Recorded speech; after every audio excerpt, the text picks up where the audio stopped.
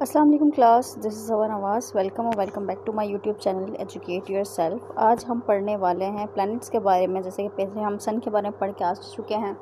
इस चैप्टर से रिलेटेड और इस पूरी फिफ्थ क्लास की बुक से रिलेटेड आपको पता है कि मैंने हर वीडियो डिटेल में शेयर किया है। आज का हमारा टॉपिक है मरकरी।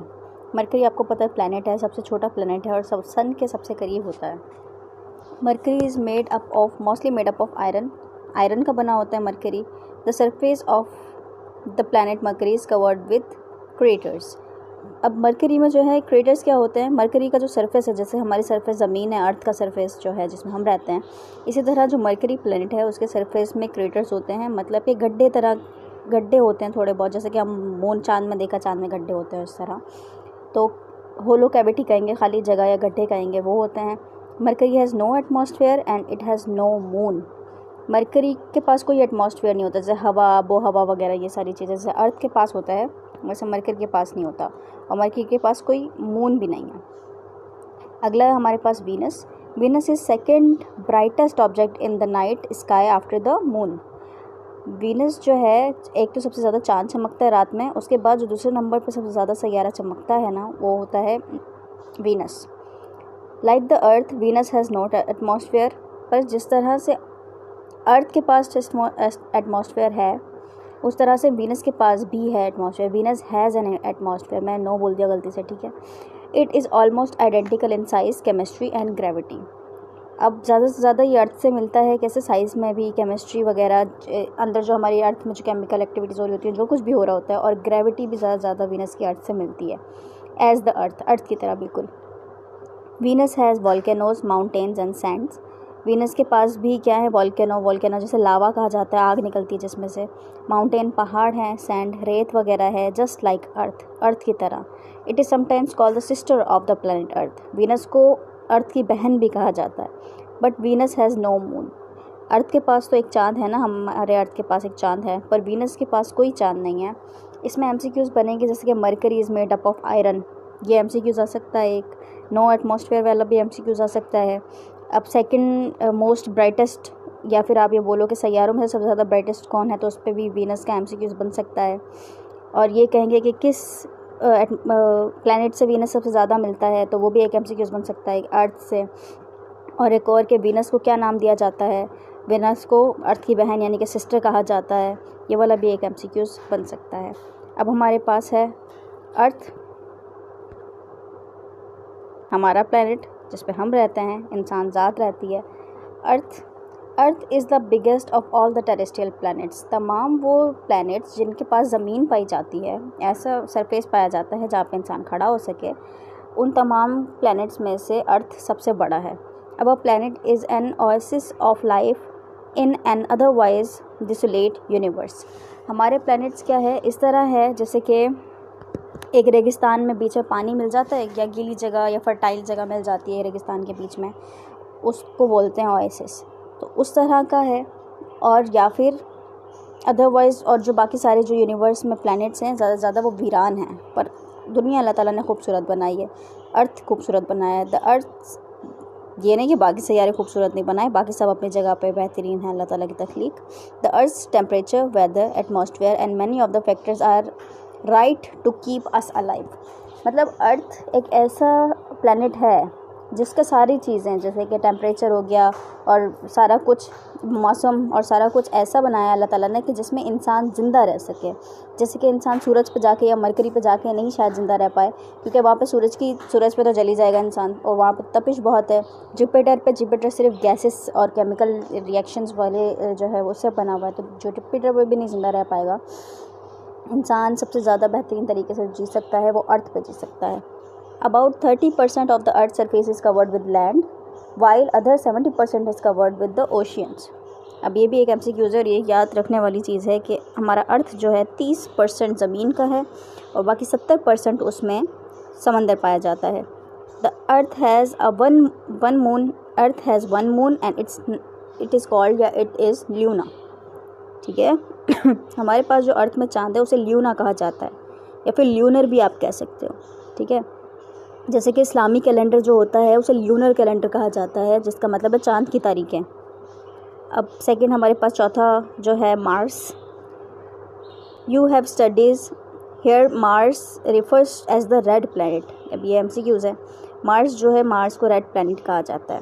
और अर्थ के बारे में ये भी MCQs आता है कि अर्थ कौन से नंबर पे आता है प्लैनेट। तो अर्थ जो है हमें पता है तीसरे नंबर पे आता है, और अर्थ के पास एक चांद है जिसका नाम है ल्यूना, और 30% इस पे क्या है, लैंड है, और 70% इसमें है पानी है।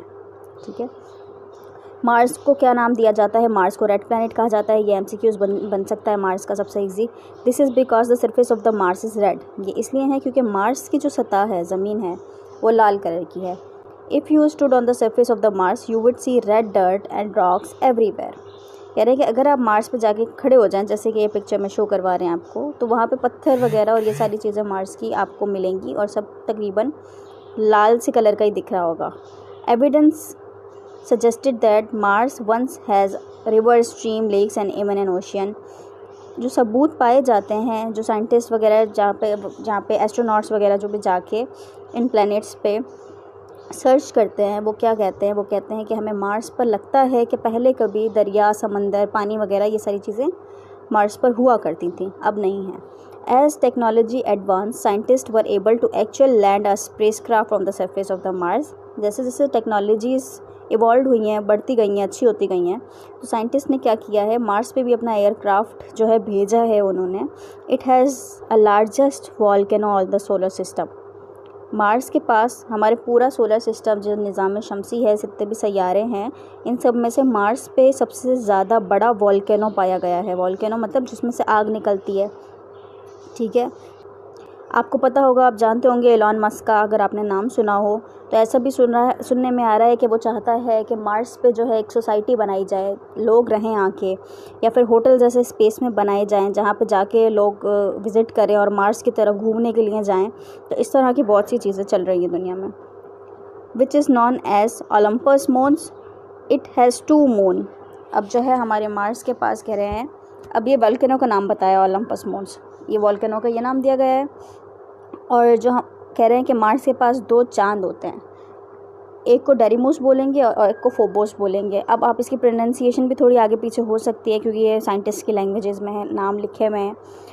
खैर, उसकी प्रोनाउंसिएशन का तो फ़र्क नहीं पड़ता। आप ये सारी चीज़ें याद करें, मून्स के नाम याद करें, ये भी MCQs में आ सकते हैं आपके। ठीक है। वॉल्केनो के नाम याद कर लें, और ये भी कि सबसे बड़ा किस जो है प्लेनेट में वॉल्केनो पाया जाता है, मार्स में पाया जाता है। मार्स को रेड मून भी कहा जाता है। ठीक है। हमारा अगला टॉपिक है जुपिटर। जुपिटर जो है सबसे बड़ा प्लैनेट कहलाता है। ठीक है। ये आता सबसे बड़े नंबर पे नहीं, आप ऐसा नहीं समझिएगा कि जो लास्ट में सबसे बड़ा प्लैनेट है 8वें नंबर पे वो सबसे बड़ा है, नहीं, ऐसा नहीं है। जुपिटर सबसे बड़ा प्लैनेट है, पर ये 5वें नंबर पे आता है। It is a very stormy planet. मतलब स्टॉर्म यानी कि इसमें आंधी तूफान चलते रहते हैं। The many different clouds formation and storms in the atmosphere make Jupiter a very colorful planet। अब क्योंकि इसमें आंधी तूफान और ये सारी चीज़ें चलती रहती हैं, इसका एटमॉस्फेयर ऐसा है, इस वजह से जुपिटर को बहुत ही कलरफुल प्लैनेट कहा जाता है, यानी कि इसमें बहुत सारे कलर देखने को मिलते हैं।